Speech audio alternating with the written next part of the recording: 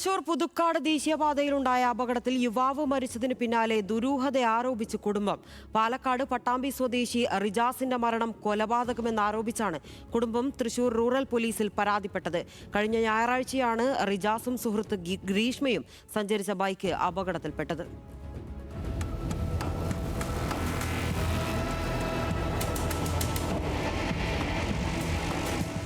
കഴിഞ്ഞ ഞായറാഴ്ച വൈകിട്ട് 5 മണിയോടെയാണ് പുതുക്കാട് സിഗ്നലിന് സമീപം ഞെട്ടിക്കുന്ന അപകടമുണ്ടായത്. എറണാകുളം ഭാഗത്ത് നിന്ന് വന്ന ബൈക്കും തമിഴ്നാട് രജിസ്ട്രേഷനുള്ള പിക്കപ്പ് വാനും തമ്മിൽ കൂട്ടിയിടിക്കുകയായിരുന്നു. പാലക്കാട് പട്ടാമ്പി സ്വദേശിയായ 22-കാരൻ റിജാസാണ് അപകടത്തിൽ മരിച്ചത്. ഒപ്പമുണ്ടായിരുന്ന സുഹൃത്ത് ഗ്രീഷ്മയ്ക്ക് ഗുരുതരമായി പരിക്കേറ്റു.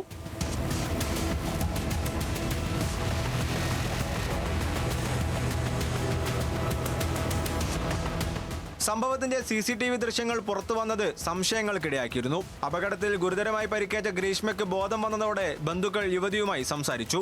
യാത്രക്കിടയിൽ ചാലക്കുടിയിൽ വെച്ച് പിക്കപ്പ് വാൻ ഡ്രൈവറുമായി റിജാസും താനും തർക്കമുണ്ടായതായും ഇതിന് പിന്നാലെ പുതുക്കാട് വെച്ചാണ് അപകടം നടന്നതെന്നും യുവതി പറഞ്ഞതായാണ് ബന്ധുക്കൾ പറയുന്നത്. ഇക്കാര്യം തന്നെയാണ് റിജാസിന്റെ പിതാവ് ഇബ്രാഹിം മാനുവും ചൂണ്ടിക്കാട്ടുന്നത്. വണ്ടി റോഡിലോട്ട് അവർ വെട്ടിച്ച് നോക്കുമ്പോൾ എന്നാ കാണിക്കുന്നതെന്ന് ഓടിക്കുന്ന ആൾ ചോദിച്ചു. അത് പറ്റിയില്ല അവർക്ക്, അത്രേ ഉള്ളൂ. ആ കൊച്ചു പറയുന്ന ആ ഒരു കാര്യം മാത്രമേ കൊച്ചു ചോദിച്ചിട്ടുള്ളൂ.